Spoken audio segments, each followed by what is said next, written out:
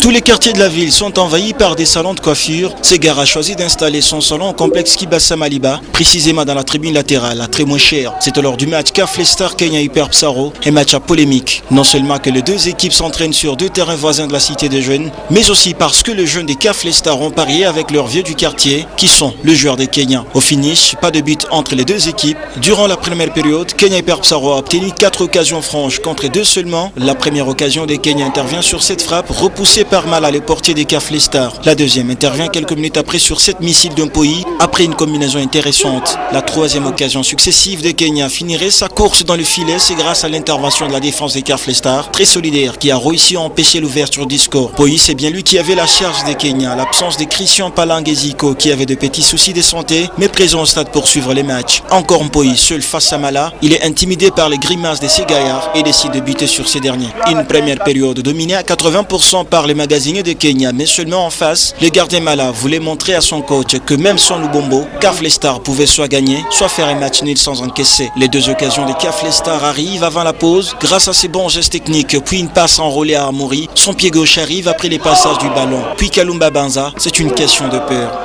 En deuxième période, la défense de Kenya a failli payer cash et Kapendo et grand détail n'arrive pas à récupérer le ballon de sa tête. Amori de son pied gauche fait un crochet mignon et Ser Kalunga, moins inspiré, place les ballons hors cadre.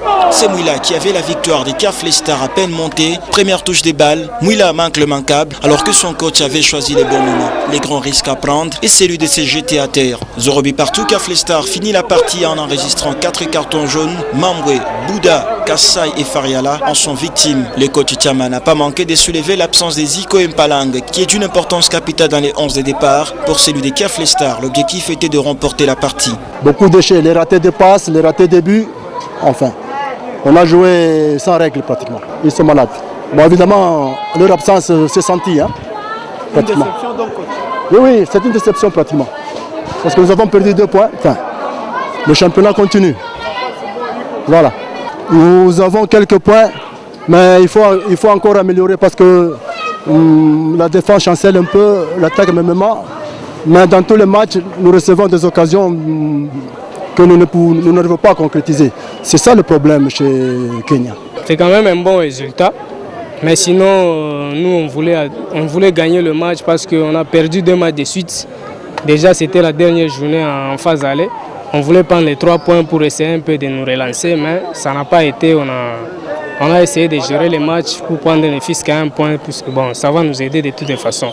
Ce qui n'a pas marché, bon, d'abord on a des problèmes au niveau de l'attaque. Des problèmes au niveau de l'attaque, les attaquants, on a des blessés, tout ça. Alors ça nous a posé problème. On avait plus de défenseurs sous le terrain que des attaquants.